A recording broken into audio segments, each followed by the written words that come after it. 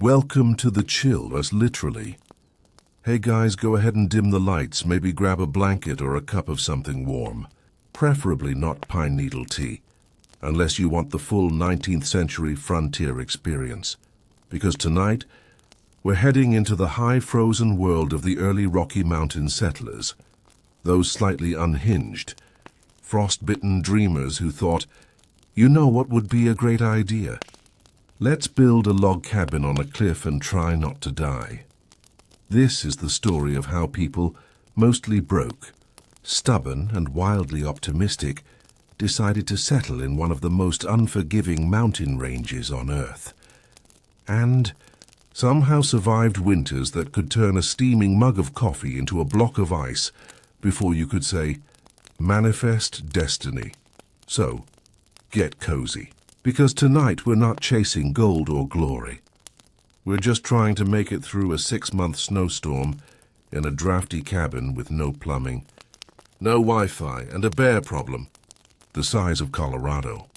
Let's set the scene. It's the 1800s, that magical period, when the West was still wild and people thought tuberculosis could be cured with fresh air and positive thinking.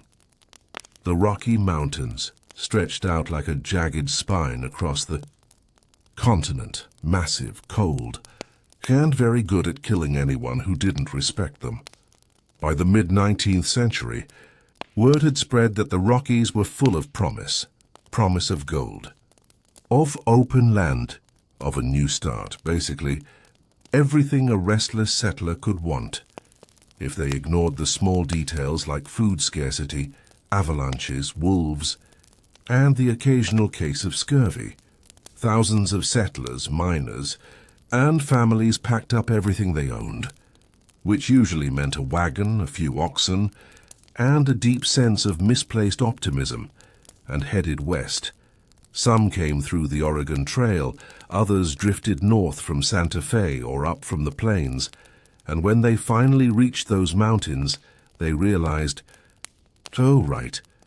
Nobody mentioned that picturesque meant horrifically cold for 8 months, building a cabin the ultimate DIY or die project.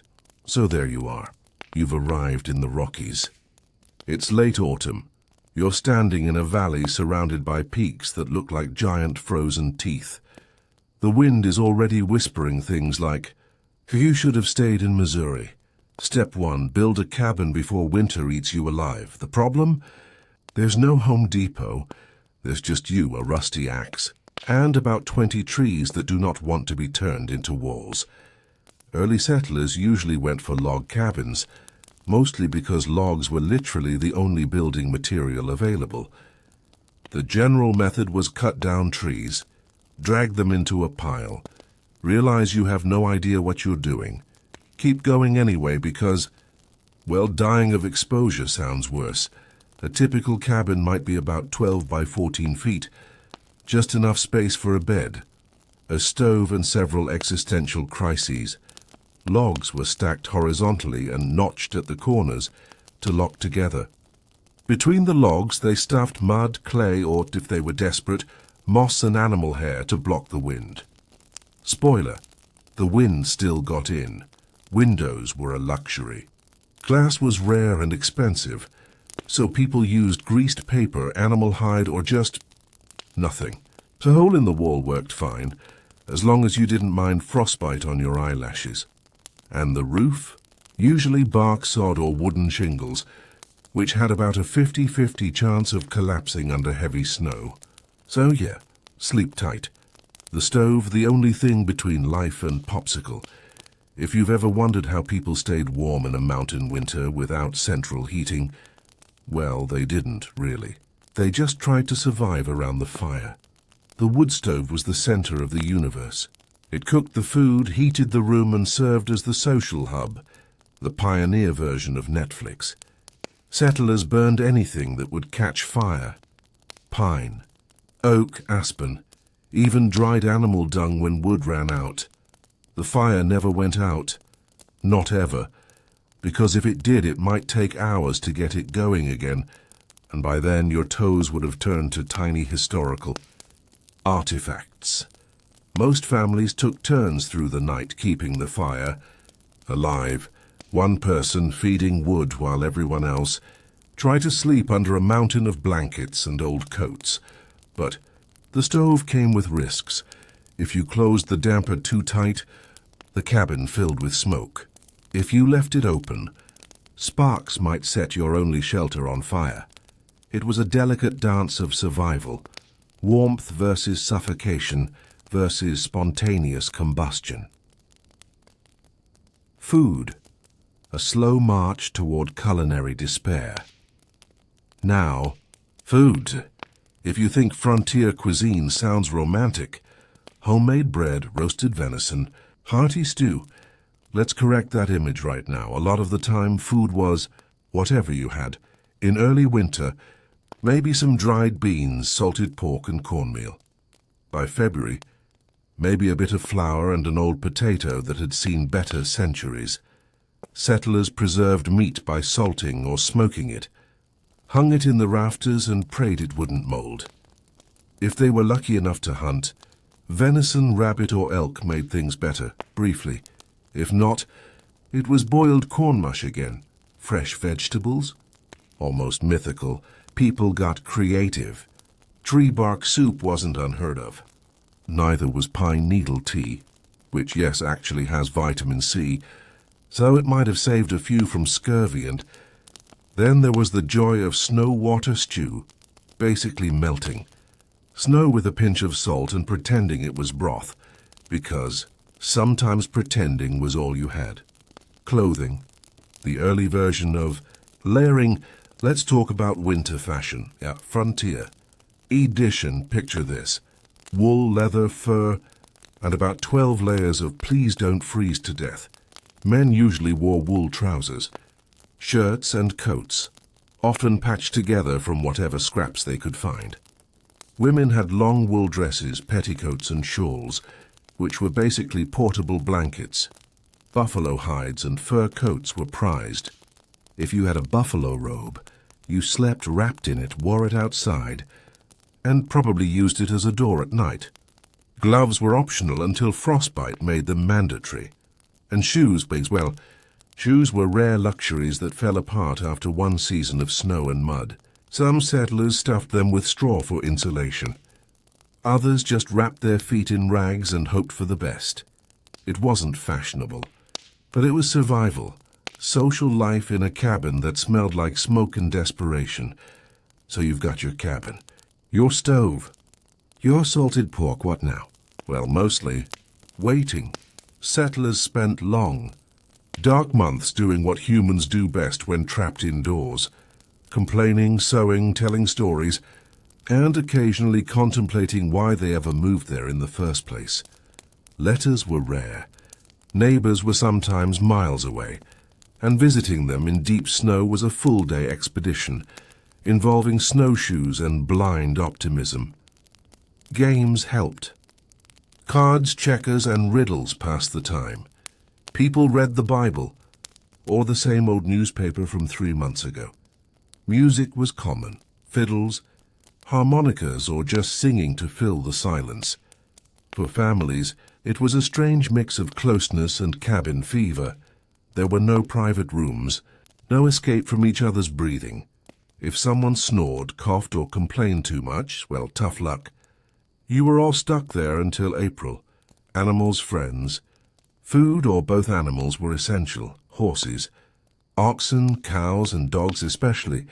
They provided transportation, milk, meat, and sometimes warmth. Settlers often kept livestock close, inside the cabin or barn, during severe blizzards. The smell was terrible, but at least it added body heat. Some even credited their cows with saving their lives during the worst storms. Wolves, on the other hand, were a nightly concern.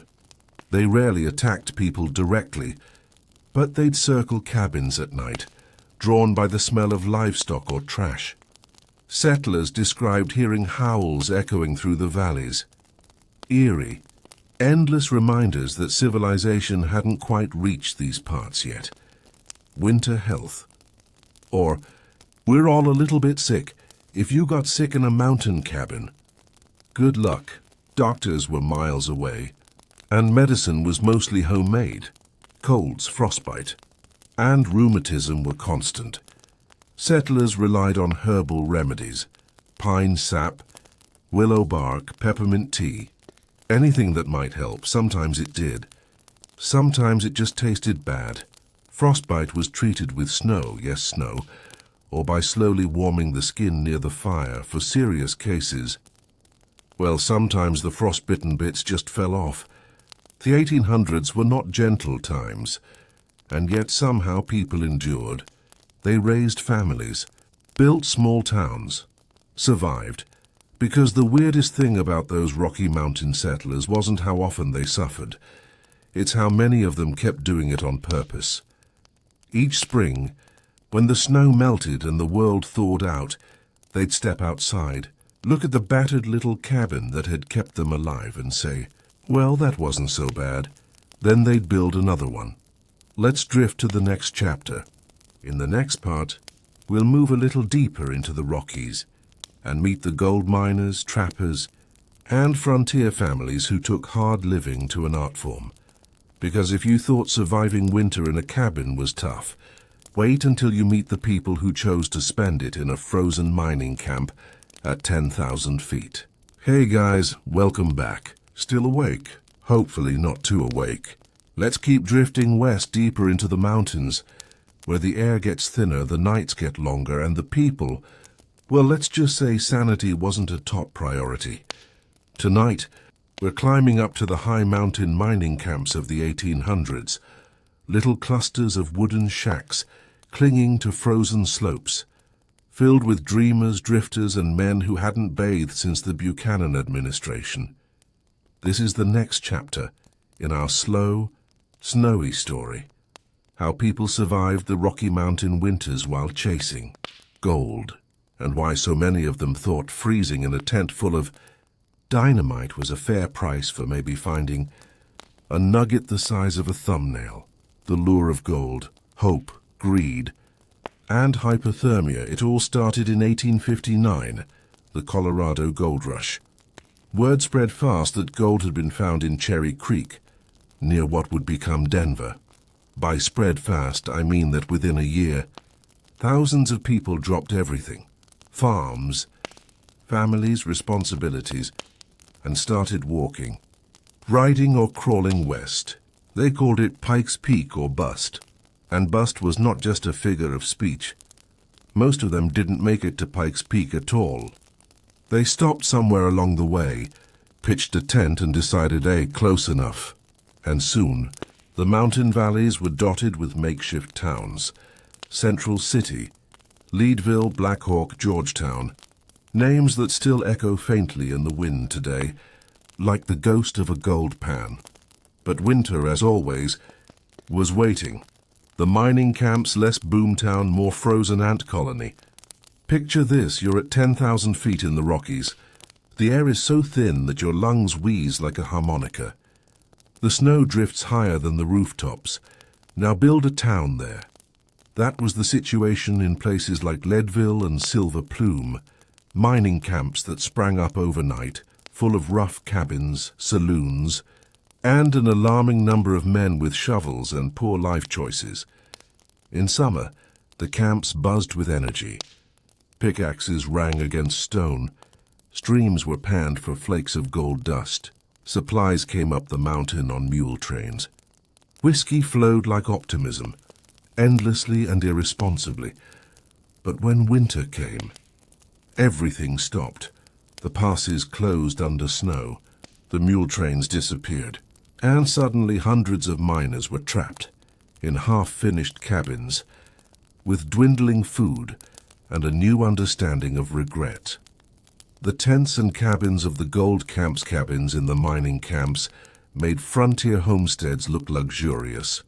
Miners weren't there to build a home. They were there to get rich and leave.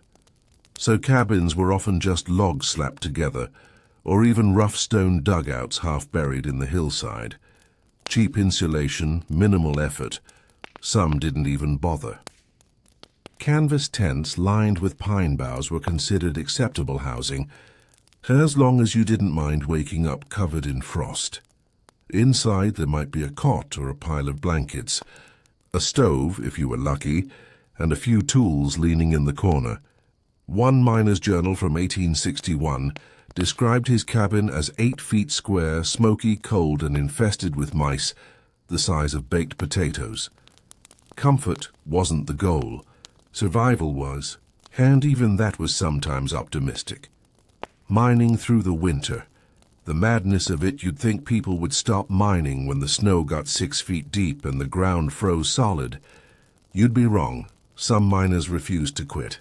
They tunneled into the rock even in January, using candles for light and whiskey for courage.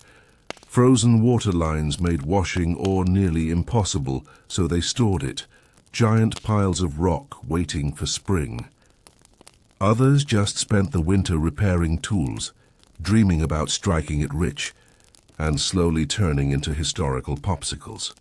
There were stories, some true, some probably exaggerated, of men who dug so deep into mountainsides that they didn't see sunlight for weeks.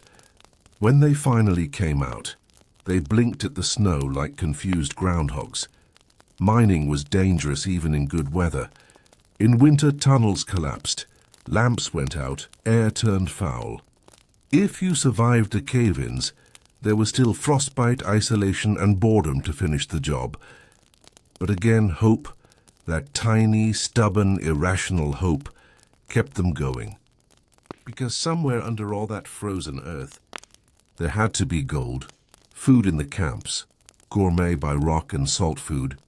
As you might expect, was a nightmare. By late autumn, supplies couldn't get through the mountain passes. Whatever was in town had to last until spring. Flour, bacon, beans, coffee, and whiskey, the Holy Five. Everything else was either gone or impossible to afford. Prices skyrocketed. A sack of flour might cost $10 in 1860s money. Eggs were sold individually, guarded like rare jewels. Fresh vegetables were basically folklore. So miners got creative. Bread made from flour and melted snow. Beans cooked in tin cans over a smoky stove. Dried beef so tough you had to soak it overnight before daring to chew. And coffee, dear, precious coffee, was reused again and again until it resembled brownish water with aspirations.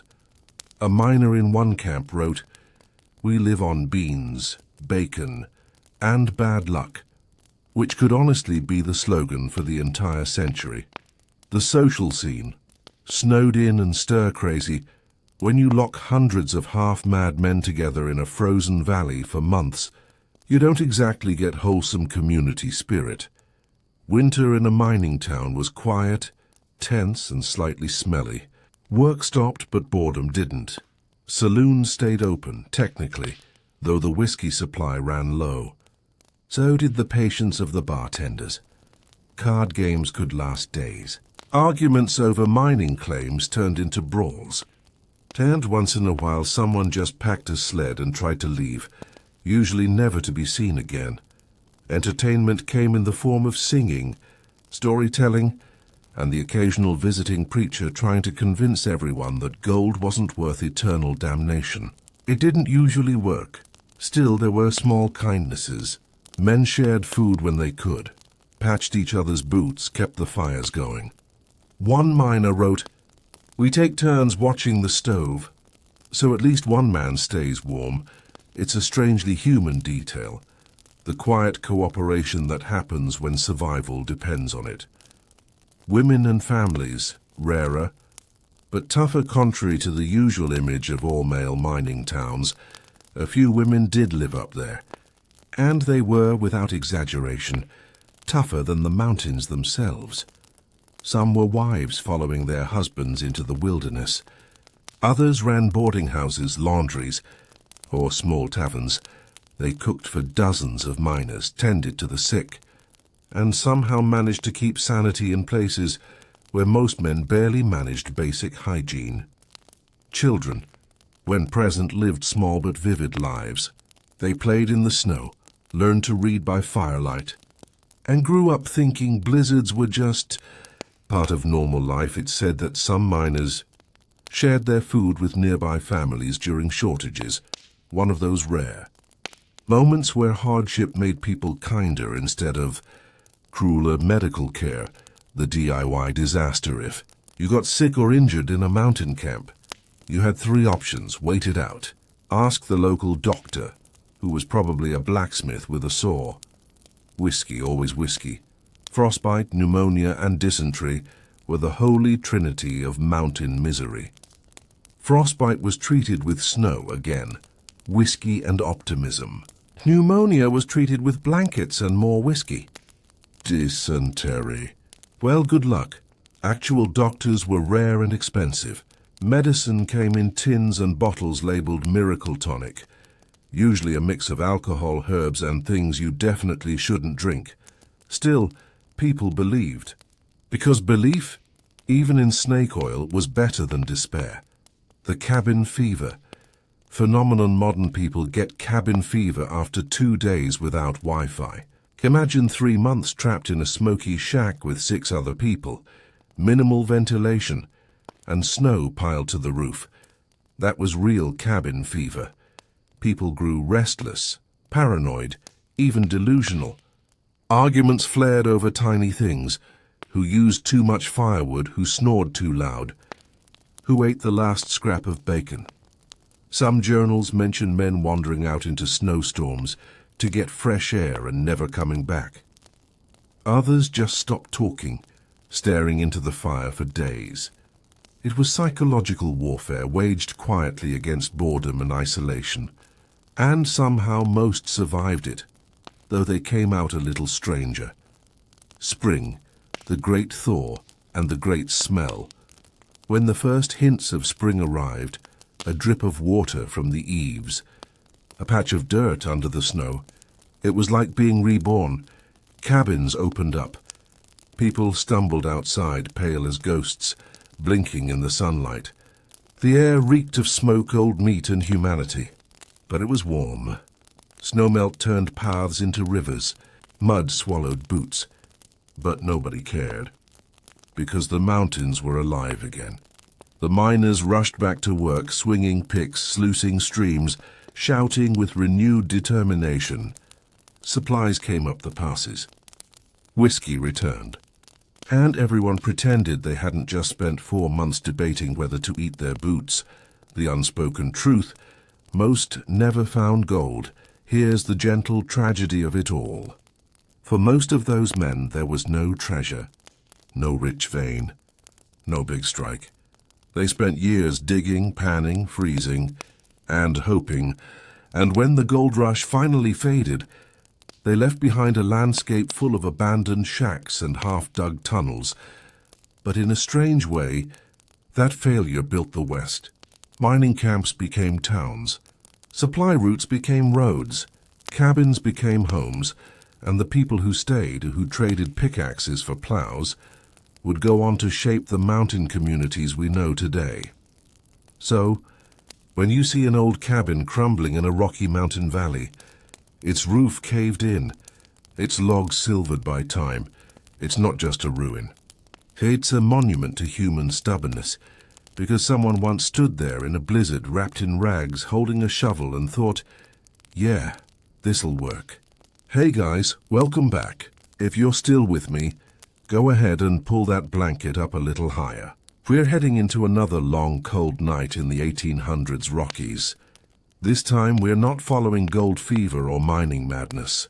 We're settling down, literally, with the families who decided that mountain winters weren't just a season to survive, but a way of life.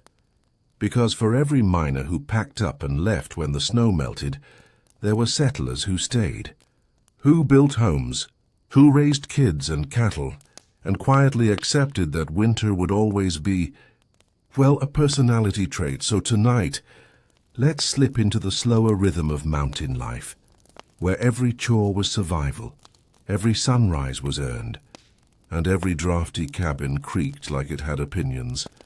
Settling down, when temporary became forever by the late 1800s, Parts of the Rockies were starting to look less like mining chaos and more like civilization, or at least a rough sketch of it. The mining boom had brought wagon roads, small towns, and trade routes. When the gold ran out, some people stayed behind, trading the pickaxe for the plow. They became ranchers, trappers, shopkeepers, and, in the most optimistic cases, farmers. Farming, by the way, was an absolute nightmare. The soil was rocky, the growing season was roughly 2.5 weeks long, and the weather could change from sunshine to snow in the time it took to blink. But the land was cheap, sometimes free under the Homestead Act, and for people who'd lost everything elsewhere, that was enough. So they built homes. Proper ones this time. The cabin, upgraded compared to the rough mining shacks, homesteader cabins, were practically luxury real estate. Still made of logs, sure, but sturdier, bigger, sometimes even with separate rooms. Families built root cellars underground to store food through winter.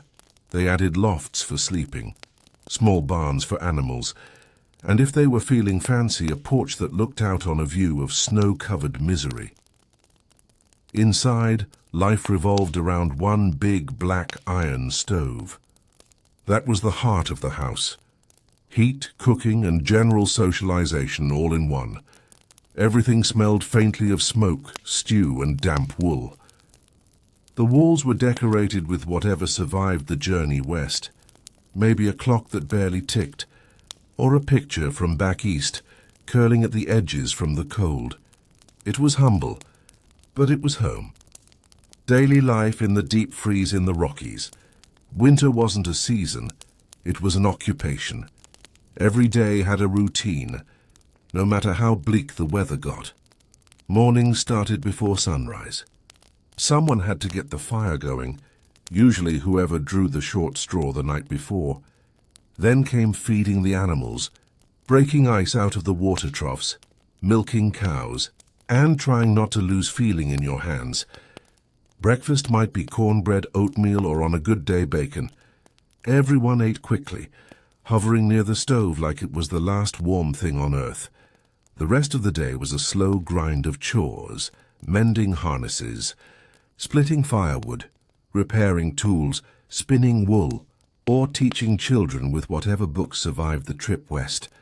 There wasn't much time for daydreaming, because when you live in a place where forgetting to close the barn door can mean your only cow freezes solid, you learn to focus. The animals. The real breadwinners' animals were the difference between survival and starvation.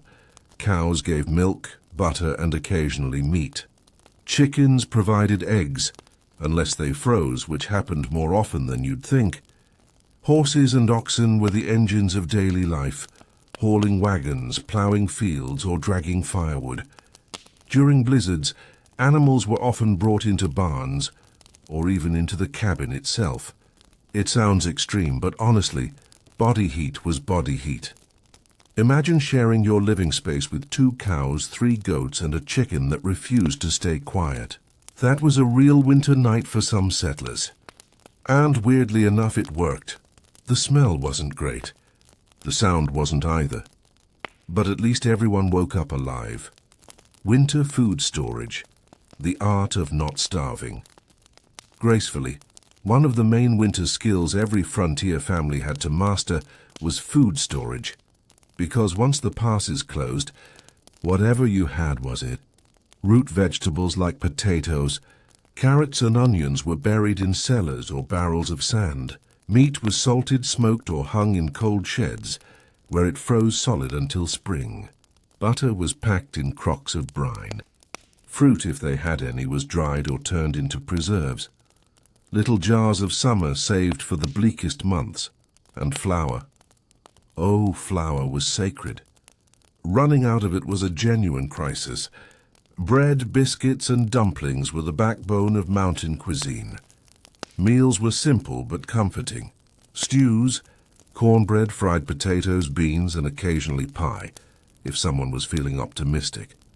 It wasn't gourmet dining, but after a day of chopping wood in the snow, even boiled cabbage tasted like victory. Candlelight evenings, electricity. Not yet. When night fell, the cabin went dark. Candles, tallow lamps, or kerosene lanterns were the only light sources. Flickering, smoky, and just bright enough to make you realize how small your world really was. Evenings were quiet. People sewed, mended clothes, whittled tools, or read if they were lucky enough to have books. Children played with rag dolls, wooden toys, or each other's sanity. And of course there was storytelling. Frontier families told tales about the journey west, about home, about the strange noises outside that were definitely just the wind. The sound of wind against the cabin, long, low and constant, became the background music of their lives. The neighbors. Few, far and frozen. If you had neighbors within 5 miles, you were basically living in a metropolis. Visits were rare in winter, but when they happened, they were events. People would snowshoe or ride out for miles just to trade stories, share food, or check that everyone was still alive. Gatherings meant warmth, laughter, and probably a fiddle or two. The same 5 songs repeated endlessly, but nobody cared. After months of isolation, human voices were a luxury. Community, even in its smallest form, was what kept people sane. Letters came in spring. News traveled slow. But friendship, as that was immediate, human, and necessary. The children, small survivors. Kids on the frontier learned early that childhood wasn't a free pass. They worked. They carried firewood, fetched water, helped with animals, and learned to sew or trap small game. Schooling was home-based unless a nearby family offered to teach. Books were few. Pencils were reused until they vanished, and lessons often paused midwinter when the cold made writing physically painful. But children adapted. They played in the snow, sliding on old boards, making snowmen, or tracking animals just for fun. They learned to recognize danger, thin ice, hungry wolves, frostbite, with the same instinct that kids today use to spot Wi-Fi signals. Those who grew up in the mountains became tough, resourceful adults who didn't complain about little things, because when you've seen your father thaw out a frozen axe with candle heat, roughing it gets a new definition: winter health, survival. One cough at a time medical help was still distant, and winter brought every illness imaginable. Colds turned to pneumonia easily. Frostbite was a constant threat. Injuries from chopping wood or hauling ice were common. Women often doubled as nurses, midwives, and doctors, armed with herbal teas, bandages, and sheer determination. Pine sap for coughs, willow bark for pain, goose fat for frostbite. It wasn't modern medicine, but it was something. When someone got seriously ill, neighbors might risk the snow to fetch help, sometimes too late, sometimes just in time. And when someone died, they were buried quietly under the frozen ground, with the promise that come spring, they'd be given a proper grave. It sounds grim, but in those mountains, even grief was practical. You didn't stop living because someone was gone. You just kept the fire going. Winter beauty and the strange calm of isolation. Despite everything, the cold, the hunger, the exhaustion, many settlers wrote that winter in the Rockies was beautiful. When the sun hit the snow just right, the mountains glowed like glass. The world felt clean, silent, eternal. The sky was sharper, the stars endless. Nights were long, yes, but peaceful. The kind of stillness that made you forget time entirely. Some said they came to love it. The isolation, the quiet, the sense of being completely detached from the chaos of the world.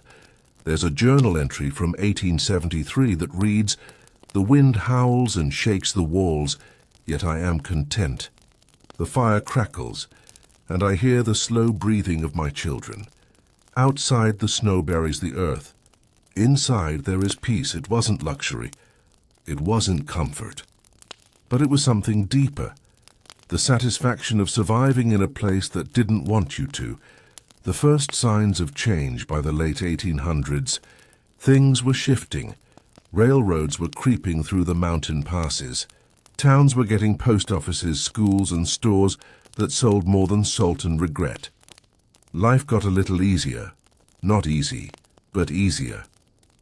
Coal replaced wood in some stoves. Mail came in winter sometimes, and cabins started turning into houses. Still, the rhythm of life, the long winters, the endless chores, the wood smoke curling into the pale air stayed the same for decades. It was a kind of quiet resilience passed down through generations. So, when you think of those settlers, bundled in furs, sitting by flickering lamplight, snow pressing against the window, remember that they weren't just surviving. They were building something. A life, a future, a stubborn little spark of civilization in the frozen wild. And somehow, against all odds, they made it work. The art of staying alive, and slightly toasty all right. So now we've reached the point in our little frozen bedtime journey where survival starts to feel, well, less like a frontier adventure and more like a slow-motion endurance test. Imagine this. The snow is piling up higher than your roofline, your toes are 2 shades past frostbite, and the only entertainment left is listening to the wind question your life choices. Welcome to January in a Rocky Mountain cabin, 1800-something edition. By now, most settlers had gone into full hibernation mode. The days were short. The nights were endless. And food. Well, it had stopped being about meals and was more about whatever hasn't gone bad yet. That barrel of salted pork you were so proud of in October, it's now mostly salt, partly pork, and entirely regrettable. So let's talk about how they stayed alive in those conditions, because barely counts as alive too. First off, heat. The single most important thing after food, air, and not being eaten by a bear. Most cabins had one wood-burning stove, or, if they were old-fashioned or broke, a central stone fireplace. And these weren't decorative. They were the lifeline of the home. You didn't let that fire die, ever. If it went out, someone was in trouble. One person, usually whoever was unlucky or youngest, had the job of keeping it going through the night. They'd bank the fire before bed, meaning they'd pile ashes over the coals so they'd smolder slowly till morning. If done right, they'd wake up to a faint red glow and the smell of smoke. If done wrong, they'd wake up to a block of ice where their bed used to be. Firewood was a whole other issue. You couldn't just wander out into waist-deep snow and start chopping. Most people prepped stacks of wood all autumn, split-seasoned and stored under cover. Even then, it was never enough. You could always tell how bad a winter was by how many doors and furniture legs went missing by February. Because yes, people burned their furniture, chairs, shelves, sometimes even their barns. Survival didn't care about interior design. Then there was insulation. Early cabins were, let's just say, optimistic in their design. Big gaps between logs, drafts sneaking in from every direction. You could stand by a wall and watch your candle flicker from the wind inside the house. To fix that, settlers chinked the gaps, stuffing them with moss, mud, straw, animal hair, or honestly, whatever they could find. It wasn't pretty, but it worked, kind of. Some even lined their walls with old newspaper or cloth to keep out the cold. It helped a little, and gave you something to read when boredom hit a critical level. Blankets, too, were never enough. Most families had 1 or 2 real wool ones if they were lucky.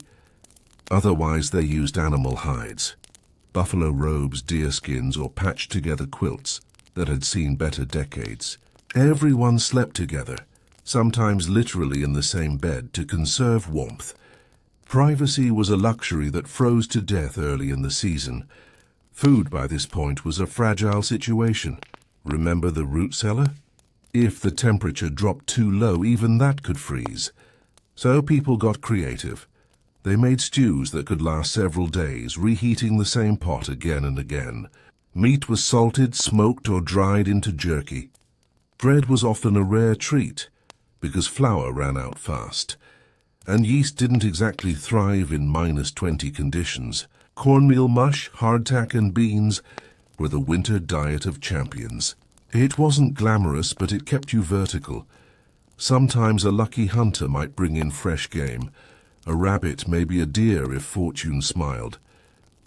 That was a big deal. They'd roast it, stew it, and dry what they couldn't eat.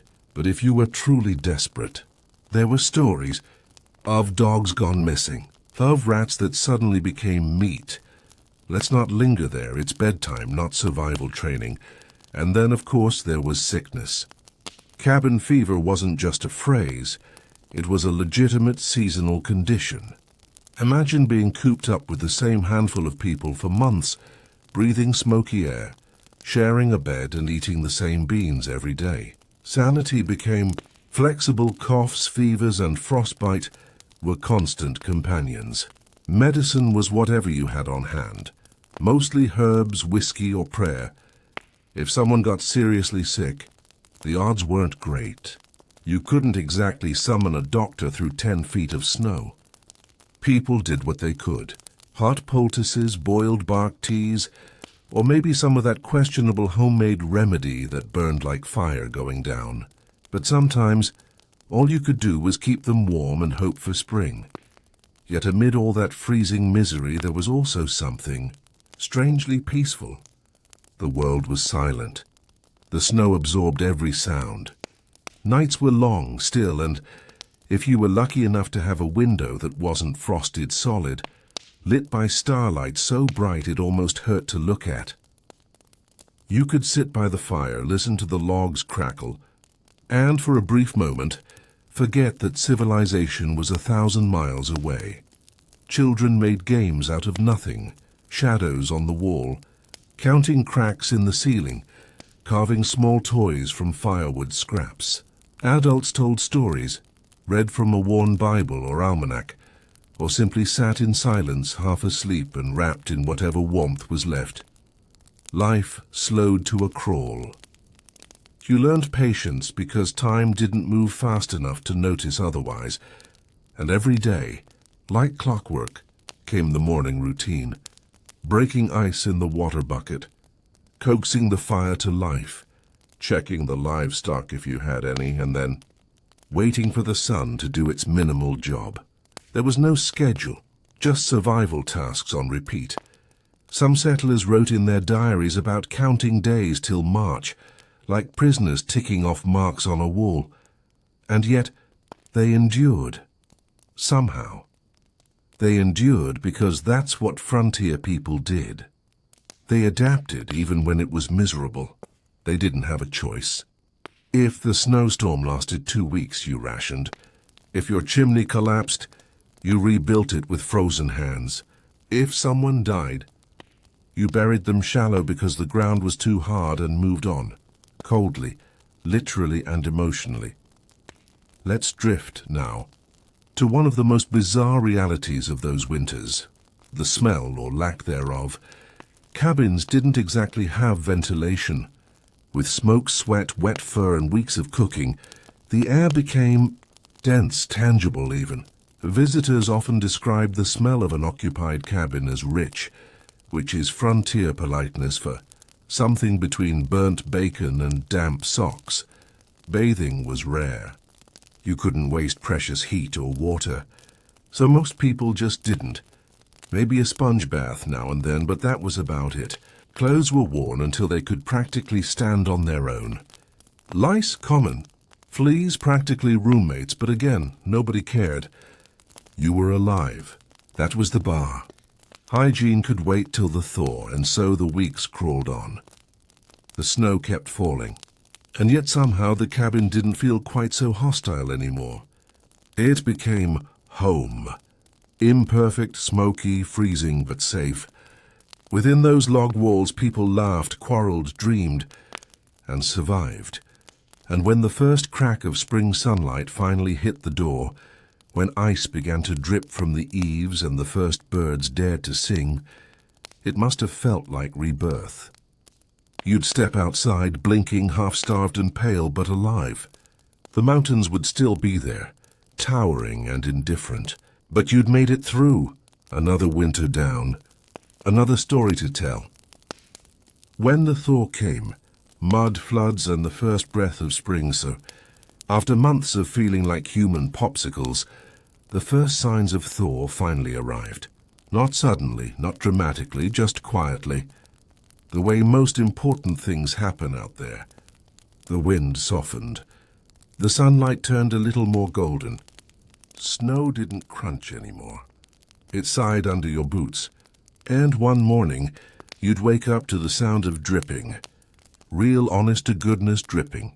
That sound, the slow plink-plink of melting icicles, was basically the frontier version of a victory song. It meant you'd made it through the winter without freezing solid or eating your neighbor's boots. And that was saying something. But spring in the Rockies wasn't some cinematic awakening of flowers and bluebirds. Oh no, it was a mess. The first few weeks of thaw were less rebirth of nature and more everything you own is now mud. The snow would melt by day, refreeze by night, and repeat until the whole world turned into a swampy disaster. Paths vanished, rivers swelled, and wagons got stuck in mud so deep it could swallow a horse. Cabin roofs started leaking under the weight of half-thawed snow.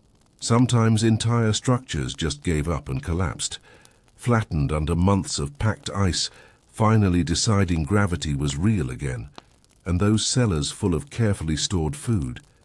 They flooded, pickled vegetables, salt pork flour, gone in one soggy, tragic swoop. You'd think it couldn't get worse than starving through January.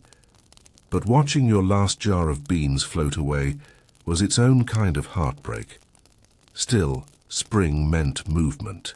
You could finally go outside again. Not far, mind you, but enough to feel like a person instead of a winter ghost. Families began patching roofs, digging out paths, repairing fences. The first order of business was always the animals.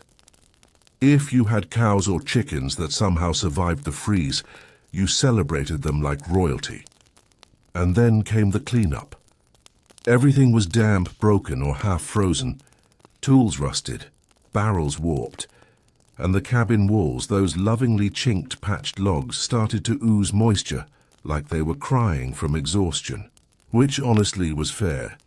Settlers would drag their bedding and rugs outside, let them bake in the sunlight and air out the house. It smelled like wood smoke, wet fur, and victory. The human body took its time waking up too. People were pale, stiff, and tired, months of barely moving, eating salted everything, and breathing smoke left them weak. But there was this quiet determination that came with spring. No one ever said it out loud, but it was there. We made it. Some even wrote about it in their diaries, those rare settlers who could read and write. They described the first blades of grass poking through the snow, the first birds returning, and the first time they took off their heavy winter coats without immediately regretting it. It must have felt almost miraculous. And then came another old frontier truth. Surviving the winter was only step one. Now you had to start all over again. Because spring wasn't just a time of melting. It was the reset button of the year. You had to plow fields, mend what broke, and get ready for the next round of planting. That meant early mornings, blistered hands, and enough mud to make you nostalgic for the simplicity of being snowed in.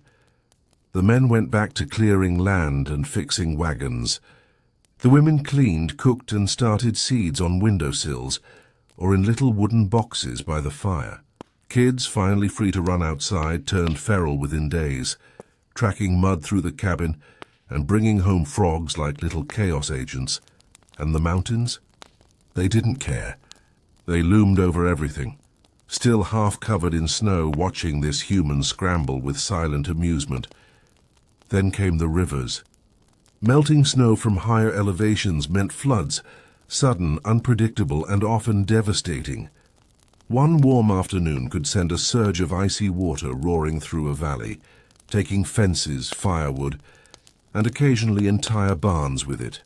Settlers learned fast to build a little higher on the slope next time.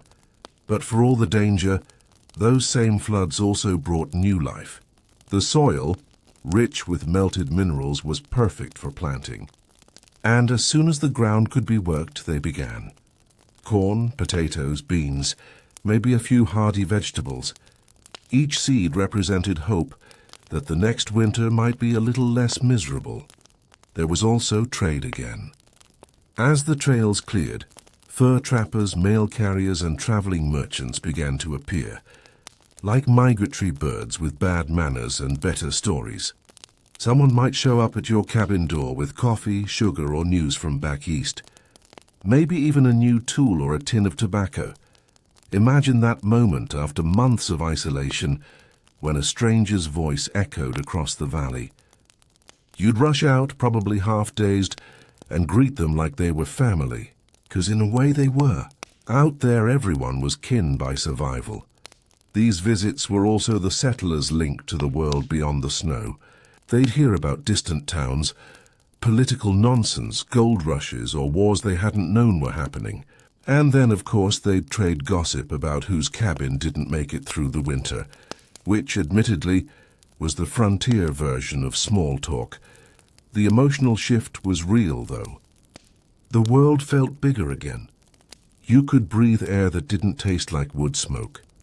The mountains sparkled, streams sang, and animals returned. Deer, elk, even bears came out of hibernation, looking about as scruffy as the people did. At night, when the air was still cool but not deadly, families would sit outside. They'd watch the last snow patches fade in the twilight, listen to the distant rush of water, and maybe even talk about plans, because that's what spring was, planning season. Someone might talk about building a bigger cabin next year, or clearing new land, or heading west to join a mining camp. Dreams in the Rockies were like the wildflowers, short-lived but vivid while they lasted. But if you think spring was all optimism, think again. Because nature always came with a price tag. Once the floods receded, there were insects. Mosquitoes the size of thumbnails, buzzing like tiny demons. Mud became their paradise, and with them came diseases, fevers, dysentery, the usual old-world guests no one invited but everyone caught. Yet somehow settlers handled it all with a kind of stubborn calm. Maybe because after months of winter isolation, a few bugs and floods felt almost like progress. The season of mud slowly became the season of green. Wildflowers bloomed in the meadows, streams cleared. Birds nested in the cabin eaves, and days grew long again. By May or June, you could almost forget how brutal the last winter had been. Almost. And just when everything seemed steady, that's when the new arrivals showed up. The fresh-faced settlers from the east, all wide-eyed and confident, with wagons full of furniture and optimism. They'd ask for advice, looking at the older mountain families like sages, and those mountain folks, gaunt, quiet, with a look that said, "We've seen things," would just nod slowly and tell them, "Get your wood stacked early." That was frontier wisdom in one sentence. Everything else was optional. So as the land thawed, and the scent of pine replaced the sting of smoke, life in the Rockies shifted once more. The rhythm returned. Survival gave way to work. Work gave way to endurance, and endurance somehow turned back into hope. And somewhere deep down, everyone knew it wouldn't last. That come November, they'd be sealing up the windows again, praying for enough wood, enough food, and enough luck to see another thaw. But that was the bargain. You lived on the edge of the world, and in exchange you got beauty no city could match. The sky so wide it made you feel small. The mountains so silent they almost felt alive. And maybe that's what kept them there.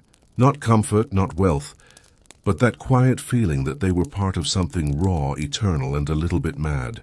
Cabin company, love, loneliness, and the odd bonds of frontier life so. Now that the snow's melted, the mud's mostly dried, and our hypothetical settlers can once again remember what their toes feel like. We can finally talk about something that doesn't involve frostbite or starvation, the people themselves.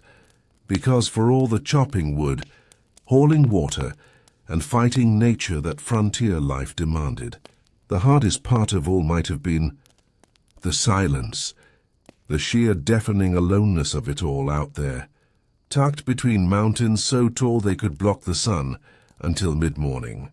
A person could go weeks and even months without seeing another soul who wasn't part of their tiny family. And that did something to people. It changed how they thought, how they talked, even how they loved. Let's settle in by the fire for this one, because this isn't about survival anymore. This is about what it felt like to live that way. So isolated that even a passing crow might have felt like company. Imagine this. It's early spring, 1800-something. The snow's mostly gone, but the nights are still cold. You're sitting in your log cabin. One room, low ceiling, walls that creak when the wind moves. You can hear your own heartbeat if you listen long enough.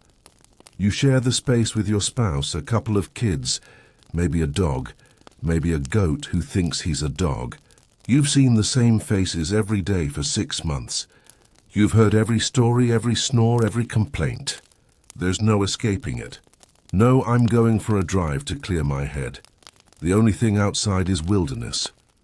Frontier life forced intimacy, but not always the romantic kind. People didn't have the luxury of personality clashes. You might not even like your spouse that much anymore, but you needed each other, because one person couldn't survive the mountains alone. For married couples, it was a strange balance, half partnership, half endurance test. The man might spend his days chopping wood or hunting. The woman would cook, mend, tend animals, care for children, and sometimes even help with logging or field work. There wasn't really a his and hers divide when it came to labor. Everyone did what needed doing, or it didn't get done, and that created a certain respect, even if affection wasn't always abundant. Frontier marriages weren't about candlelit dinners. They were about trust. If one of you fell ill, the other had to know how to do everything. Tend wounds, load a rifle, deliver a baby, milk a cow, you name it. In diaries and letters from the 1800s, you can feel that unspoken bond. Husbands would describe their wives not in romantic language, but in practical lore. A strong woman, good with a sick calf, patient through storms. Wives, in turn, often described their husbands in the same quiet tone. Steady, keeps a fire going, doesn't waste food. Love, if it existed, was shown through small unspoken gestures, mending his torn coat, saving the last bit of sugar for her coffee. You didn't say, "I love you." You proved it by surviving together. But not everyone had a partner. Many settlers, especially trappers, miners, or wanderers, lived entirely alone. A cabin, a dog, and miles of silence. Some people thrived on it. They liked the solitude. They called it freedom. But even the toughest of them eventually wrote in their journals about the loneliness. The way winter nights stretched forever. The way a man might start talking to his horse just to hear a voice. There were cases, recorded in local law, of hermits who went years without seeing another human. Some became legends, others cautionary tales. One man supposedly carved faces into the logs of his cabin just so he'd have company at dinner. Another, when found after his death, had filled notebooks with long, one-sided conversations with his dead brother. Loneliness in the mountains was a quiet, creeping thing. It didn't hit you all at once. It just settled in, like snow on a roof. Soft, silent, heavy. Families that survived the winters often grew strangely close, but also strange, period. Cabin children, for example, sometimes went entire seasons without meeting another child. Their world was their family, the animals and the land.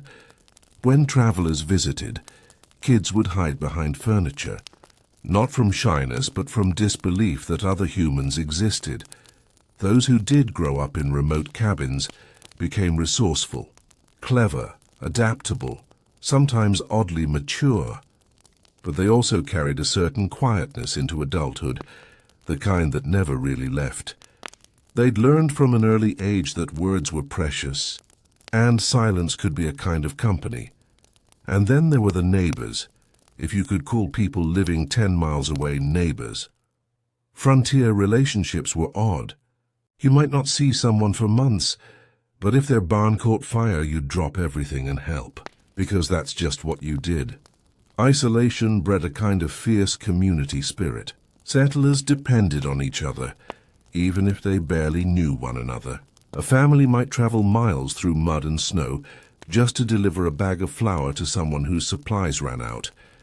If a woman went into labor, someone always came, because out there helping each other wasn't kindness. It was policy, and when someone died, which happened often, everyone turned up for the burial, even if everyone meant 4 people. They'd dig a shallow grave in half-frozen ground, say a few quiet words, and then share whatever whiskey they had left.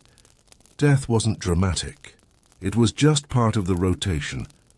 You might think this sounds unbearably sad, and it was sometimes, but there were also moments of genuine joy.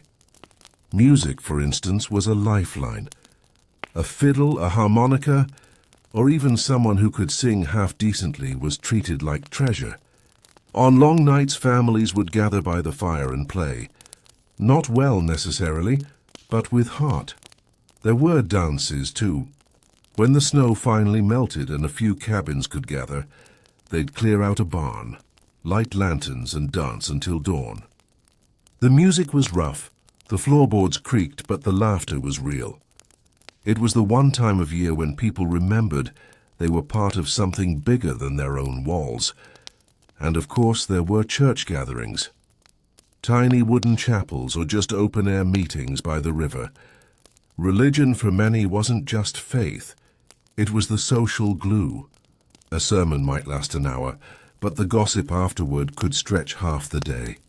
Someone's baby had a fever. Someone else was building a new cabin, and someone, always, had seen a mountain lion the size of a horse. The social side of the frontier was a strange mix of politeness and bluntness. You couldn't afford grudges. There were too few people for that. If someone offended you, you got over it. Because when your roof caved in next winter, they'd be the one helping you rebuild it. And the funny thing, despite all that isolation, there was also rumor. Somehow news traveled. A marriage, a death, a theft, a scandal. It always found its way around, bouncing from cabin to cabin like wildfire. Maybe it was just human instinct. Even in the emptiest valleys, people still wanted stories. Then there were the quiet friendships, the kind that formed slowly, over years of shared hardship. 2 families might help each other every season, trade supplies or look after each other's kids when sickness struck. They'd rarely say they were friends. They'd just show up. If you think about it, that's kind of beautiful. Love on the frontier wasn't poetic. It was practical. Friendship wasn't loud. It was consistent. Because when the wind howled through the canyons and the temperature dropped below freezing again, the only thing that mattered wasn't wealth or status or dreams of gold. It was who would come check on you when your chimney collapsed. So the settlers endured together and apart. Some went years without ever leaving their valley. Some packed up and moved west, chasing better luck. Some grew old in the same creaky cabins, surrounded by children who no longer remembered the cities their parents had fled. But they all shared that quiet, resilient spirit, the ability to live in loneliness without being broken by it. And when they did finally pass on, their graves often overlooked the valleys they had built their lives around. Simple wooden crosses, half swallowed by grass, facing the same mountains that had once tested every ounce of their strength. Voices from the cabin, diaries, letters, and the ghosts of the frontier. So let's dim the lantern a bit. The fire's low, the night's quiet, and the snow is falling again. Softly this time, like it's remembering old routines. And in this calm, let's listen for something faint. The voices of those long gone. Because even in the silence of the Rocky Mountains, people found ways to leave traces of themselves. Scraps of handwriting, faded ink, and thoughts scribbled in journals that were never meant to survive. They wrote not for fame or history or posterity, but because when the wind howled and the walls creaked, sometimes the only way to stay sane was to talk to the page. Life on the frontier was often unwritten. People didn't have time for reflection. They had chores, frostbite, and cattle to worry about. But a few, found words between the cracks of survival. Most diaries were small, plain things. Leather-bound if you were lucky, otherwise stitched together from spare paper or old mail. Some were written in careful schoolhouse script, others in shaky, uneven lines by candlelight, and they all carried the same undertone, quiet endurance. One woman in the Colorado Territory wrote sometime around 1863, "The cold makes my hands stiff. I can hardly hold the pen, but if I do not write, I forget who I am." That's it. No grand poetry, no drama, just a sentence suspended in time, the kind that tells you everything about what it meant to live out there. The diaries often mixed the practical with the personal. You'd find entries like, "Fixed the roof again. Caleb's hand swollen from axe cut. Dog killed another chicken.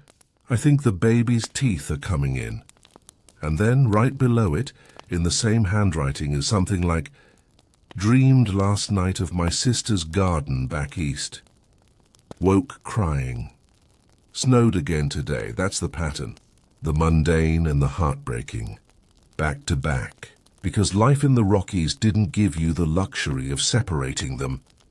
You could be fixing a stove one moment and mourning your childhood the next. Some wrote letters, long rambling ones, sent months apart, traveling hundreds of miles through mountain passes just to reach a postmaster who might not even exist anymore. Those letters are windows into the emotional landscape of the time. They talk about weather, of course, and crops and births and deaths. But between the lines you can feel the ache of distance. "Tell Mother I think of her each night when I see the firelight flicker against the snow. If we make it through this winter, I will never complain of heat again. I heard there is a new town 2 valleys over. Perhaps we will go there next spring if the road clears." Sometimes the letter never made it anywhere. They'd find them years later, still sealed, in an old trunk in a cabin that had fallen apart. The post never came. The person it was meant for never read it, but the word stayed. One of the most haunting details about these journals is how often they stop suddenly.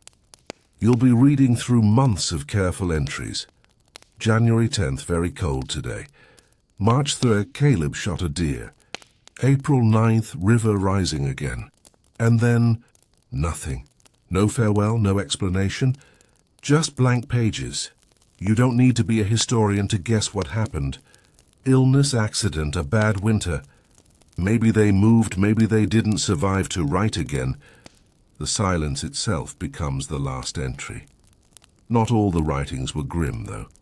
Some were weirdly funny, unintentionally so. One man wrote about trying to bake bread for the first time while his wife was ill. Loaf came out hard as a rock. Dog wouldn't eat it. I will use it to patch the hole in the wall. Another, apparently proud of his resourcefulness, wrote, "Traded 1 old boot and 2 onions for a chicken. Feel I have made a fine bargain." There's something deeply human about that, people trying to find humor in a place that gave them very little to laugh about. Then there were the dreamers and the ones who saw beauty in the wilderness, even when it tried to kill them. A young settler girl, only 14, wrote in 1871, "The mountains are white again tonight. I think God must sleep here, for it is too quiet for anywhere else." She never named her family or her cabin's location, but that one line survived, scrawled on the back of an old-school primer found decades later in a mining town library. Nobody knows her name, but she was there. She existed. She felt something bigger than hardship. Many settlers also wrote about time, or rather the lack of it. Life on the frontier warped your sense of the calendar. Days blurred. Seasons dictated everything. One man wrote, "I have stopped counting days. Only winters." Another, "It is spring, they say, but the snow disagrees." And then the simple truth from a mother in Montana Territory. "We do not live by the clock here. We live by the fire." When historians find these old pages, they read between the lines. The handwriting tells as much as the words. A jagged scrawl means exhaustion. A shaky one means age or cold. A careful one means maybe, just maybe, a brief moment of peace. Some journals were passed down generations. Others were found decades later by ranchers or hikers, tucked behind stones in cabin walls, hidden in attics or preserved in the dry mountain air. And reading them feels almost intrusive, like opening someone's thoughts that were never meant to be shared, but they're the only real voices we have from that time. The ones that tell us not what the frontier looked like, but what it felt like. And sometimes, those writings became the only evidence a person ever existed. No gravestone, no photograph, no descendants, just a few pages describing a storm, a sunset, or the last jar of beans in a cellar. That was their immortality, not fame, just being remembered by accident. If you close your eyes and listen hard enough, you can almost hear them, faint whispers in the timber. The woman who wrote by candlelight while the wind screamed. The trapper who talked to his journal because there was no one else. The boy who pressed flowers between pages that never made it east. Their words still breathe even now, and perhaps that's the quiet miracle of it all. These people weren't trying to be remembered. They were just trying to make sense of their lives, one sentence at a time, and in doing so, they left behind something more powerful than they could have imagined. Proof that even in the loneliest, coldest corners of history, there was still thought, emotion, humor, and tenderness. The cabins rotted, the names faded, but the voices stayed. As towns began to spread and train tracks carved through the valleys, the frontier's rhythm started to change. The world that had once been defined by distance and solitude suddenly became smaller, connected by rails, wires, and the hum of progress. Imagine the first time a steam whistle echoed through those mountains.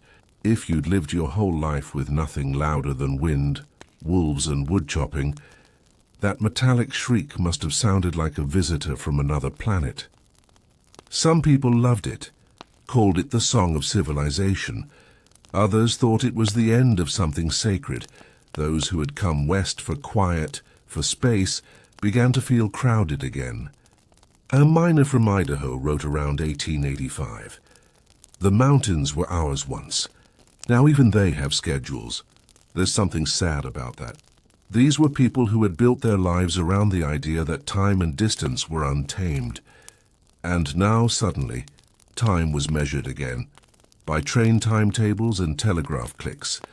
Cabins that once stood miles apart began to fall under the shadow of towns, mills, and trading posts. You could now buy nails, sugar, matches, things you used to make or trade for. Convenience crept in slowly, but it changed everything. It also changed how people felt about home. A cabin used to mean survival, a fortress against nature.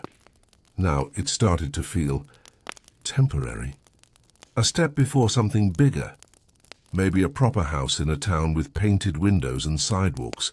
The old frontier families would visit these new towns and feel a strange disconnection. Too wild for the city. Too changed for the wild. They were becoming the in-between generation. The ones who had seen the wilderness in its raw state, but lived long enough to watch it become a postcard. And the diaries, those fragile candle-lit companions, started to sound different too. The entries weren't about blizzards and wolves anymore. They talked about neighbors, church socials, and the prices of imported tea. Still, every so often, one line would slip through. Something like, "I miss the sound of snow on the roof, the quiet of those days, It's as if even the people who had prayed for comfort eventually found it too loud, too fast. Progress had a way of erasing the very struggle that made those lives meaningful. But not everyone left the cabins behind. Some stayed. They kept patching the same roofs, splitting the same logs, living in places that the railroad skipped right over. By the early 1900s, those holdouts had become living ghosts, reminders of a vanishing America. A traveler in 1912 wrote about visiting an old mountain couple. Their cabin was dark, with smoke curling through the rafters. The man was near 80, his beard like frost. They said they'd never seen the train nor wanted to.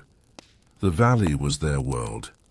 He described how at night the couple still sat by the fire, her mending clothes, him whittling wood, exactly as people had done 50 years earlier. When civilization came clattering in, the end of the frontier, cabin, so here we are, on the edge of something changing. The cabin still stands, the snow still falls, but far off in the valley there's a new sound now. A low metallic rumble growing closer each year. It's the sound of civilization, or at least its 19th century version, coming clattering up the mountainside. The frontier was never meant to stay wild forever. For a while it felt like it could endless land, endless sky, the kind of silence that could swallow whole lifetimes. But people have a habit of filling silence. And once word spread that there was gold in those hills, timber in those forests, and open range for cattle, well, the peace didn't stand a chance. By the 1870s and 1880s, railroads began creeping west like iron vines. The Union Pacific, the Denver and Rio Grande, the Northern Pacific, names that sound almost mythic now, but at the time, they were just tracks laid by exhausted workers through rock, ice, and dust. Each rail spike drove another nail into the coffin of isolation. Where there had been months of waiting for supplies, now there were shipments every few weeks. Where news had taken half a year to arrive, it now came by telegraph within hours. And where once there had been wilderness, there were now towns. The first thing most settlers noticed was the noise. Trains were loud, not just startled the horses loud, but loud in a way the mountains had never known. They screamed, hissed, and echoed through valleys like mechanical beasts that refused to sleep. One woman in Wyoming wrote around 1887, "We hear it every day at noon now, the whistle. It makes the window panes shake. My husband says it's progress. I think it sounds like the end of something." And she was right in a quiet way. The arrival of the railroad marked the end of the old rhythm, the one set by snow, wind, and wood smoke. With the trains came people, lots of them. Merchants, miners, soldiers, preachers, gamblers, teachers, the occasional outlaw with a new name. They built towns almost overnight.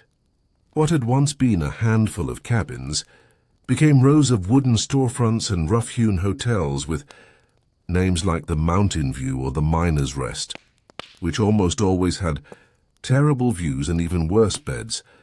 There were now places to buy. Canned peaches, newspapers, sewing needles, or even pre-cut lumber shipped from Chicago. You could order a stove, a clock, a bolt of fabric, and slowly that wild, unpredictable life in the cabin began to feel unnecessary, almost old-fashioned. The frontier cabin had always been a symbol of self-reliance. Now it became something else, a symbol of being behind. In the towns, people started painting houses, hanging curtains, and talking about keeping up appearances. Newspapers printed stories mocking the mountain hermits, those who still lived alone in the hills, patching roofs with bark and boiling snow for water. And yet, there were plenty who didn't want to trade their quiet for progress. They looked at the new world, the telegraphs, the schedules, the towns, and decided to stay where time still moved at the pace of a melting icicle. By the late 1800s, even language began to change. Words like homesteader and pioneer gave way to citizen and resident. Cabin became house. Settlement became township. It was a small shift, but it meant something. A sign that the wild era of improvisation was fading into an age of order.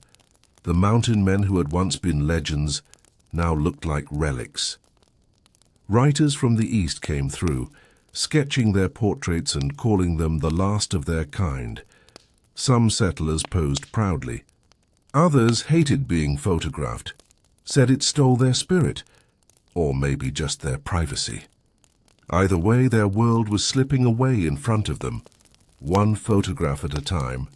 It wasn't just noise and population that changed things. The land itself began to change. Forests that had seemed endless were cut down for lumber mills, valleys filled with cattle instead of elk, streams that once ran clean turned murky from mining runoff, and the animals noticed first. Hunters who once shot deer from their porch suddenly found none for miles. Trappers complained their traps stayed empty. Even the birds grew scarce, replaced by smoke and sawdust. A prospector in 1891 wrote in his journal, "The mountain no longer smells of pine, but of tar and oil." I think I preferred the snow, but progress didn't feel like a villain at the time. It felt like salvation. The winters that had once killed people could now be endured with imported coal, store-bought blankets, and canned food. Children didn't starve as often. Doctors could arrive before frostbite turned black.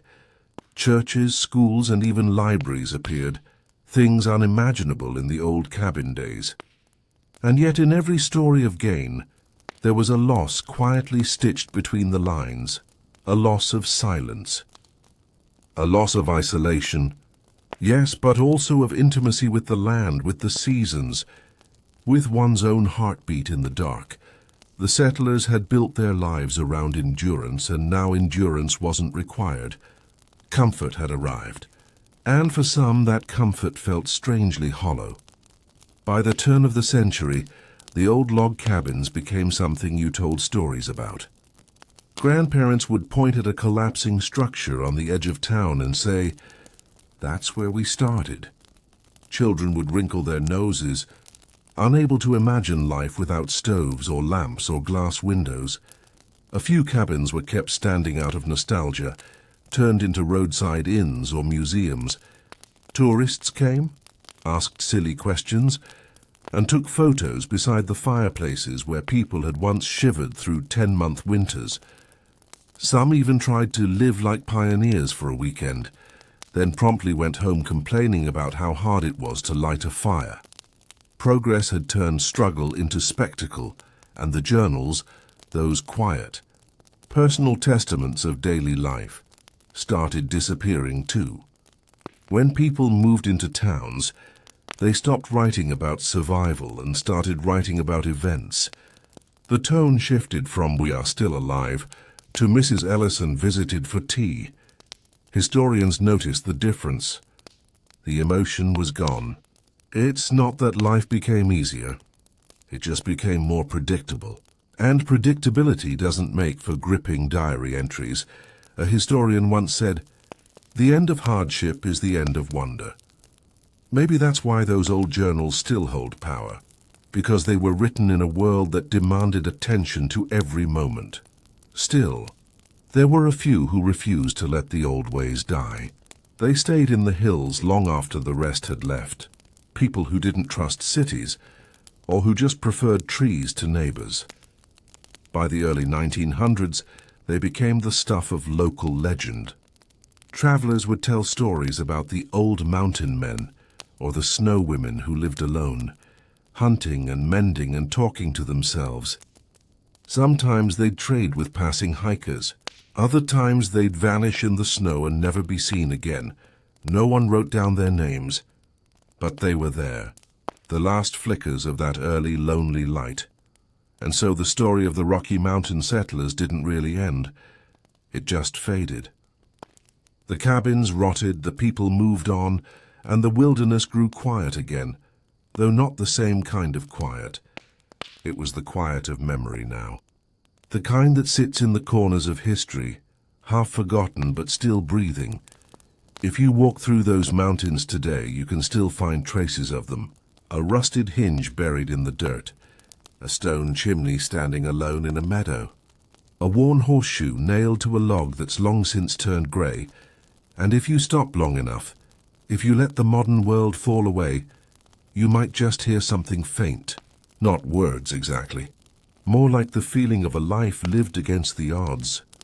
The creak of a chair, the sigh of wind through the gaps in a wall, the heartbeat of a place that once demanded everything and gave nothing for free. The settlers never wrote their own endings, but maybe this is the closest we can get. They came with hope, they stayed with grit, and they left behind silence.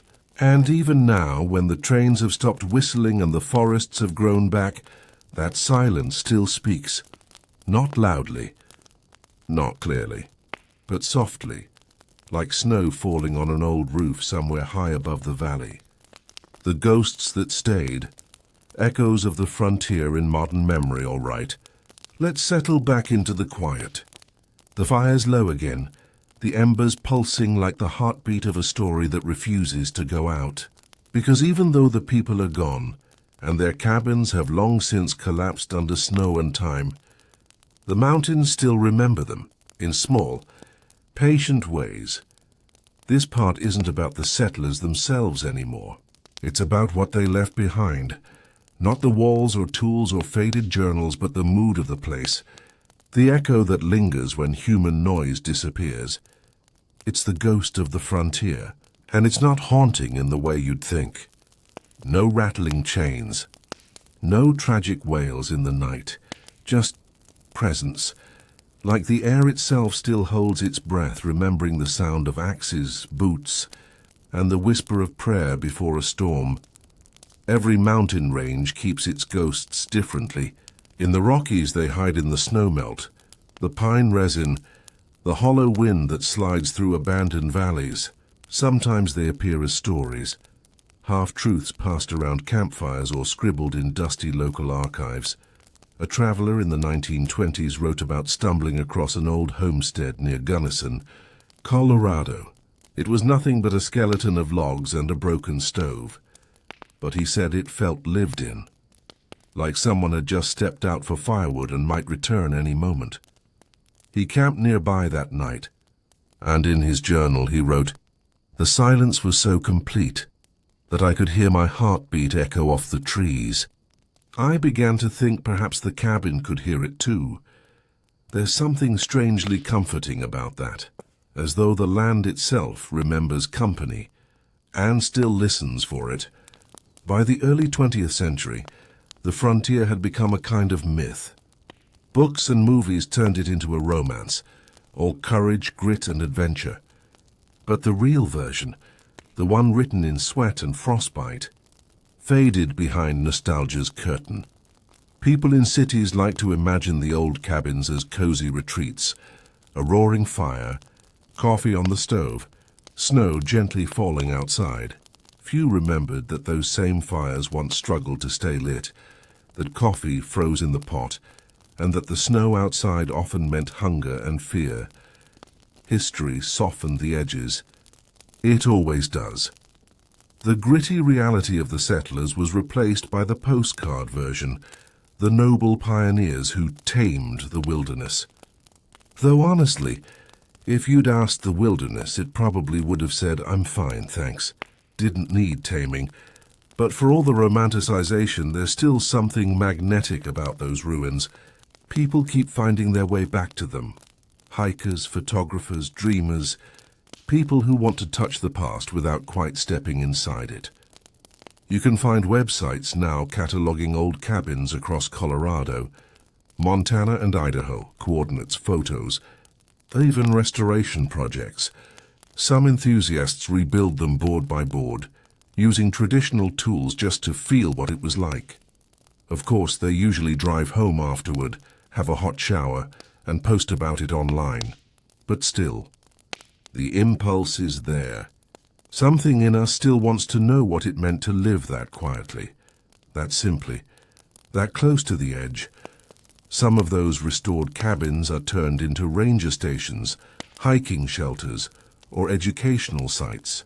Visitors come through, read the plaques, nod respectfully. Then they move on, back to their cars, back to their playlists, their notifications, their noise. But if you stand in one of those cabins alone, really alone, you can still feel what the settlers felt. The way sound behaves differently when there's nothing mechanical around, the way your breath seems louder in the cold air, the way every crack of wood sounds like the mountain exhaling. It's not fear, it's not even loneliness, it's awareness, the raw, unnerving kind that makes you realize how small you really are. That's the true ghost of the frontier. Not a spirit, not a face in the fog, just the awareness that once people lived here. Fully, fiercely, quietly. Some towns keep their memories alive through festivals, Pioneer Days, Frontier Week, Cabin Heritage Fair. They wear old clothes, cook beans over open fires, and demonstrate butter churning for curious children. It's sweet in its way, but there's always a gap, an invisible wall between reenactment and reality, because the people who lived in those mountains weren't performing survival. They were living it. Every cold morning, every frozen pail, every night wondering if the roof would hold. The difference is that the settlers never got to leave the story. We, on the other hand, can step in and out of it whenever we want. By the mid-20th century, most of the original cabins were gone. Some burned down, others were dismantled for firewood or left to sink into the earth. A few stubborn structures lasted into the 1960s, used by hunters, rangers, or the occasional hermit who wanted to disappear for a while. A ranger report from 1964 in Montana noted, "Found an old man living in what appears to be a Civil War-era cabin. Says his name is Walter. Has been here since 29, doesn't want to leave. Cabin half collapsed. Keeps a goat, seems content." No one knows what happened to Walter, but the record exists. One more ghost of the self-sufficient kind. People like him were the last bridge between the old world and ours, the last to know what it felt like to truly earn warmth. If you want to find the emotional heart of the Rocky Mountain settlers, you won't find it in museums or monuments. You'll find it in the land itself, in the way the pines lean over the old paths, like they're trying to listen, in the way snow settles on broken chimneys as if tucking them in. Nature has a strange kindness that way. It reclaims everything, but gently. The cabins that once defied the wilderness are now part of it again. Logs have become soil. Roof beams have sprouted moss. The frontier, after all, was never truly conquered. It just waited. And maybe that's what the settlers wanted deep down, not to beat the land, but to belong to it. Modern historians sometimes call the old mountain settlers temporary people. They came, they survived, and they vanished without much trace. But that's not quite true, because in the quietest hours, when you read their letters, their words still breathe. The woman who wrote about missing her mother's garden, the man who baked bread hard enough to patch a wall, the girl who said God must sleep in the mountains because it was too quiet for anywhere else. They're still here, in the way we romanticize wilderness, in the way we crave silence, even in our busy lives. We carry their ghost impulses without realizing it. The longing to be alone, to listen to the wind, to measure time by sunrise instead of schedules. We like to think we've evolved past all that. But deep down, part of us still wants to go back, not to hardship, but to simplicity, to that soundless place where survival and peace were the same thing. So maybe the real legacy of those settlers isn't in their cabins or their journals. Maybe it's in the way we still pause when we see a photograph of an old cabin, half buried in snow. Something in us recognizes it, the loneliness, the perseverance, the smallness of it all. It's the same recognition that makes us fall quiet when the power goes out, when the city goes still, when we're left with only a flicker of candlelight. That momentary peace, that breath between chaos, is the same silence they lived in every day, and maybe that's the closest we'll ever come to touching their world. If you ever want to meet the ghosts of the frontier, you don't need to look for them. Just find a quiet place in the mountains. Turn off the car, listen. The wind will do the rest. It will tell you what they told each other 150 years ago. We endured. We froze. We laughed. We hoped. We mattered. And then it will fall silent again like it's said enough. So let's settle back down again. The story's grown quiet now. The snow has stopped falling. What's left are the echoes, faint, stubborn, and somehow still breathing beneath all that history. Because the settlers may be gone, their cabins long since melted into the soil, but traces of them remain, not in museums, really, but in the bones of the landscape. In the places you don't notice until you stop moving. And maybe that's the point. You have to be still to feel what they left behind. If you wander through certain valleys in Montana or the Upper Rockies, not the tourist trails, but the deep ones where even the birds seem cautious, you'll sometimes find little mounds of collapsed wood. At first you might think it's just fallen logs. But then if you look closer you'll see it. Corners squared, foundations outlined with old river stones, and sometimes a rusted hinge still half buried in the earth. That's what remains of the cabin people. No statues, no graves with carved angels, just splintered pine, rotting into the same ground they once fought to claim. Every spring when the thaw comes, the mountain soil heaves a bit, and sometimes it pushes up forgotten things. A cracked teacup, a spoon, a buckle that someone must have worn day after day. Through snow and smoke and silence, you hold it in your hand and realize that it belonged to someone who spent most of their life in that same valley, chopping wood, patching roofs, surviving winters so cold the air itself seemed to bite. And now they're gone, leaving behind these small, quiet proofs that they existed. There's something strangely intimate about that. It's like shaking hands with a ghost. Of course, the world doesn't really stop to care about such ghosts. Progress moved on, as it always does, and the mountains were folded into maps and mining claims and national parks. But the irony is, the people who once built those cabins, who saw the mountains as their prison and their home, are now the ones we romanticize the most. We call them pioneers, frontiersmen, rugged individualists. But the truth is, most of them weren't looking for glory. They were looking for something simpler. A piece of land that didn't argue with them. A sky that didn't feel crowded. They weren't chasing destiny. They were running from noise, and maybe that's what makes their memories so haunting now. Because today, even out here, it's hard to find silence. You can drive into the most remote valleys and still hear the low hum of airplanes, the static of radio towers, the kind of quiet those settlers lived with, the kind that made you hear your own heartbeat, barely exists anymore.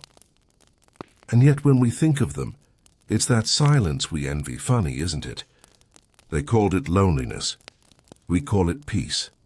If you read the few surviving journals that made it out of the 1800s, the ones not lost to mold or fire, they're almost painfully humble. You'll see entries like, "It snowed all day. John is coughing again. Made bread. Cabin warm. The dog killed another rabbit. Dreamt of summer tonight, that's it. No heroism. No grand events. Just the slow, endless rhythm of living one small day after another. But sometimes that's what makes them so beautiful.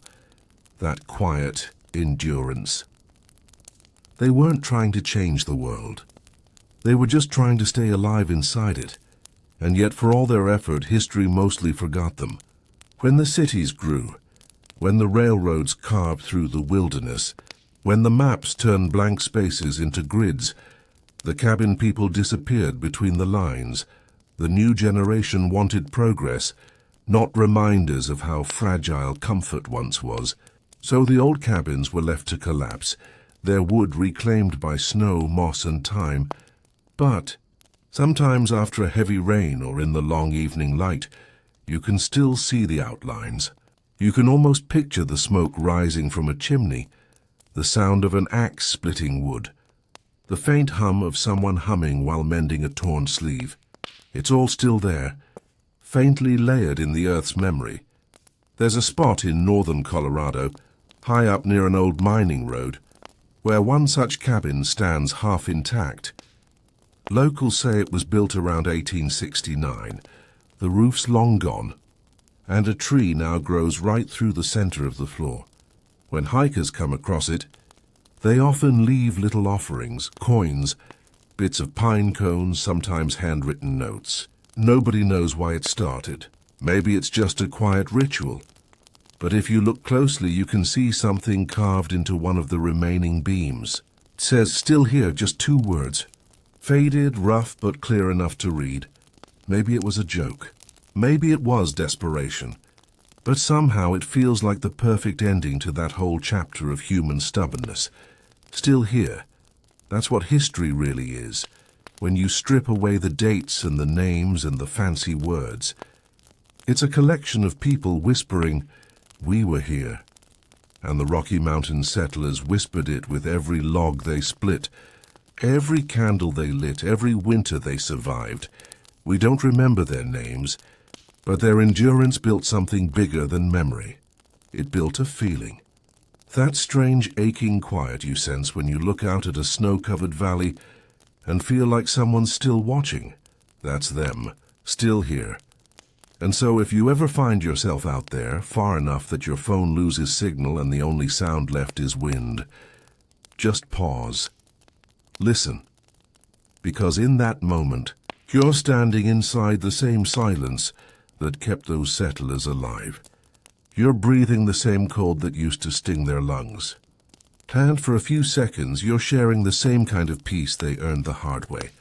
Maybe that's what they wanted all along. Not a monument, not a legacy. Just to be remembered softly. And maybe that's all we can offer them now, a quiet moment, a whispered thought, a fire still burning in the dark. So, let's take one last deep breath. The fire's low now. Just a few orange coals holding on in the dark. You can almost hear the night exhaling, the soft, long sigh of a story that's nearly done. Because by the early 1900s, the mountains themselves began to forget. The old paths, the ones carved by snowshoes, wagon wheels, and bare feet, started to disappear under grass and pine needles. The cabins, as we've said, sank into the earth. And the names, the ones scratched into logs or written in faded ink, slipped quietly out of memory. It wasn't deliberate. No one decided to forget. It just happened, the way time erases chalk from a board. By then, the children of the cabin people had moved down into the towns. They traded axes for store-bought tools and wool for factory cloth. Most of them never went back up the mountain. When asked about their parents, they'd shrug and say something like, "They lived rough." But that was the old way. And that's how history ends most of the time. Not with a battle or a celebration, just with a slow, polite shrug. The funny part is, the country that those mountain settlers helped shape started to mythologize them almost immediately.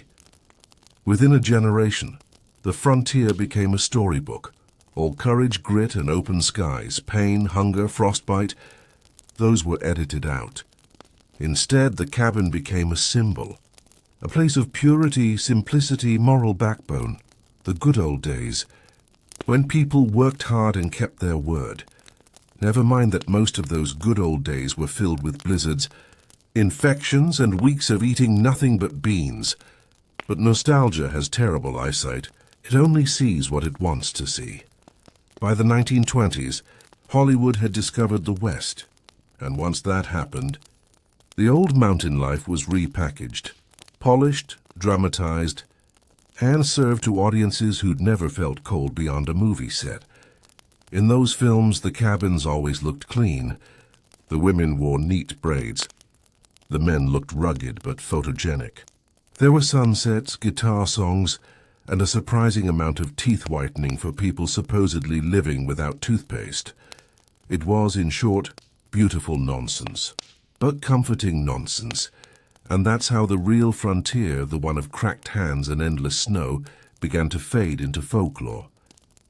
Meanwhile, out in the real mountains, the last of the old cabins were falling. Some were torn down for lumber. Others just gave up and collapsed under the weight of too many winters. Their chimneys, oddly enough, always lasted longest, stacks of stone outlasting the wood that once held them. It's hard not to see the metaphor there. The warmth gone, but the fireplace still standing, like a monument to what used to be human. And what of the mountains themselves? They too changed. The old trails became roads. The valleys filled with dams and highways. Tourists arrived, bringing cameras, maps and sandwiches wrapped in wax paper. They came to see the untamed wilderness, completely unaware that what they were seeing had once been someone's daily backyard, a backyard that froze. Hugh half to death in January.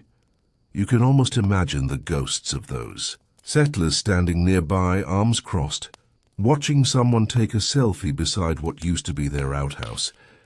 But let's be fair, this is how memory works. The messy parts get softened, the loneliness gets rebranded as freedom, the hunger becomes adventure. And that's not entirely wrong. It's just filtered. It's nostalgia doing what it does best, sanding down the rough edges until only the glow remains. Even the names began to blur. Mountains once named after local trappers or families were renamed after politicians or surveyors. Old maps marked cabins that no longer existed. You could trace your finger along a trail and find towns that had never really been towns, just a single family that once wintered there. It's strange, isn't it? And good night.